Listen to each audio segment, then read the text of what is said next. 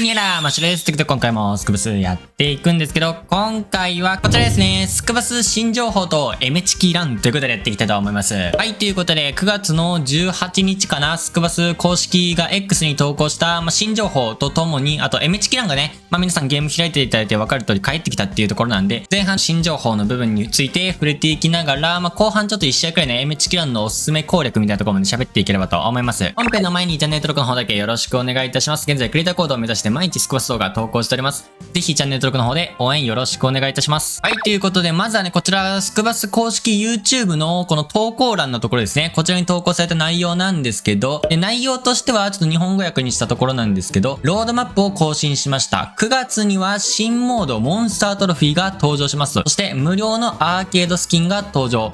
アーケード自体は11月に特別イベントとして移行して、4つのアーケードマップ、ワールドジャーニーではありません。っていうところですね。で、もう一つがスクワットアップは土曜日に配信されて、その後はスニークピークをお届けしますよというところですね。はい、ということで、一つ一つね、ちょっと整理して見ていきたいんですけど、まずはですね、ロードマップ更新というところで、これまでの画像がちょっと変わるよっていうところですね。はい、内容を見ていければと思うんですけど、まず9月の新モードっていうところあったと思うんですよね。これ新モード何が来るんだろうっていうところでね、はい、トロフィーどんなのなんだろうっていうところだったんですけど、それはモンスタートロフィーというものが来るそうですね。で、このモンスタートロフィーについてはまだ内容が出てなくて、それこそスクワットアップが配信されるということなんで出てくると思うんで、モンスタートロフィーが来るよっていうのが一つ。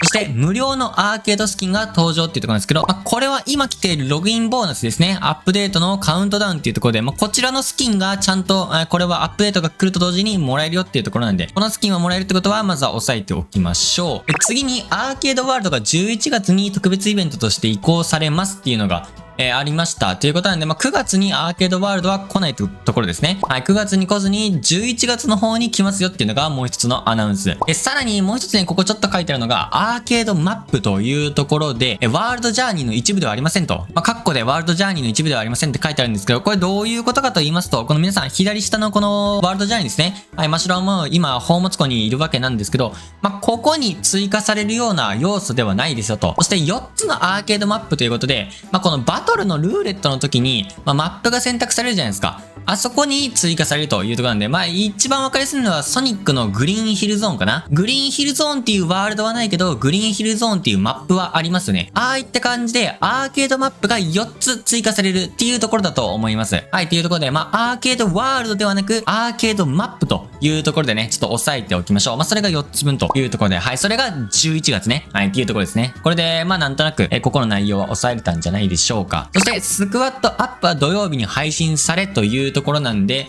スクワップっていうのは、アップデ情報が公式が公開していくような動画になっていますので、ここでまず一番ね、最初にざーっと概要というかね、今回のアップデートはこちらっていうのをね、公式が発表してくるので、それを一緒に見ようというところで、土曜日なんでね、明日になるのかな。日本時間でいくとあれか、日曜日の0時とかになるのかな ?1 時とか。その辺はちょっとね、配信枠とかが立てられた時に、あと何時間後っていうのをね、しっかりチェックしていきましょう。で、その後にあるスニークピーク。こちらなんですのっていうところなんですけど、スニークピークっていうのはだいたいクリエイターが先行プレイを公開したりとか、そのアップデートに関する内容の先行情報ですね、を投稿していくっていうところがありまして、公式自体がスクワットアップで概要をざっと流していきながら、その次の日とかですね、次の日とかにだいたいクリエイターの方がスニークピークで公開していく、そんな流れがだいたいスクバスあるんですけど、それがスニークピークと言われるようなものです。はい、なので、おそらくなんだけど、モンスタートロフィーかな、モンスタートロフィーを遊んでみたとかがね、だいたいクリエイターから投稿されると思うので、海外クリエイターかな要チェックしてみてください。っていうところですかね。新情報というか、アーケードマップが延期されてモンスタートロフィーが来るよっていうところなんで、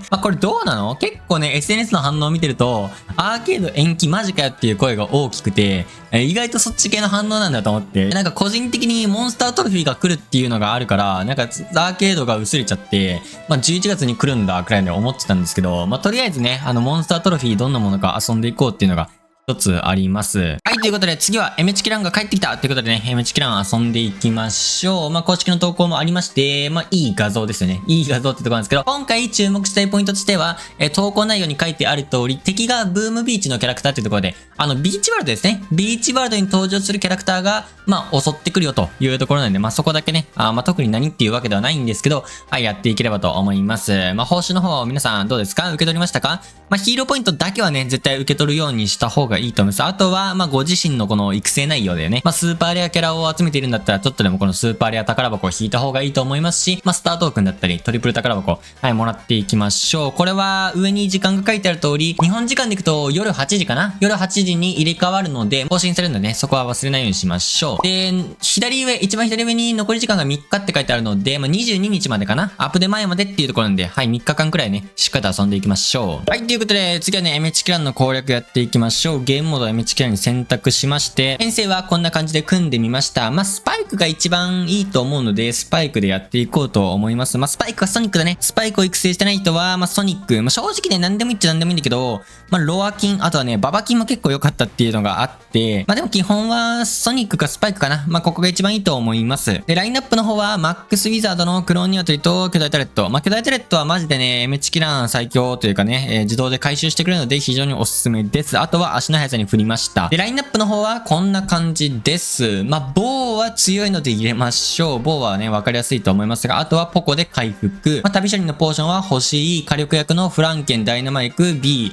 そしてレオン。で、あとは、まあ一応ラフス入れてるけど、まあラフスもね、なくていいかな。火力にもうちょっと振りたい人は、テイルズとか、そっち系入れた方が、まあいいんかなと思います。あとは、ホグライダーね、足の速さ上げていきたいと思います。ということで、まああとはね、ダラダラ話しながらやっていきましょう。1試合ね、MH キランやっていきましょうか。で、まあマックスウィズなんで、しっかりとね、呪文使いながらこのクロニアトリとね、タレット使いながら走っていきましょう。で、メイビスがいないんだけど、まあ、メイビスいらないっすね。メイビスいらないし、まあ、なんならラフスもいらないから火力に振った方がいいと思う人は、こっちでいいと思います。コインはね、稼げます。これ、コイン稼げます。チキンを集めて小屋に回収したりとか、あとモンスターをね、ちゃんと積極的に倒しに行きましょう。で、モンスター倒したり、チキンをちゃんと集めたりしてると、ちゃんとね、集まるんで、コインは。そう。で、それでメイビスいらないっていうのが、はい、一つありますね。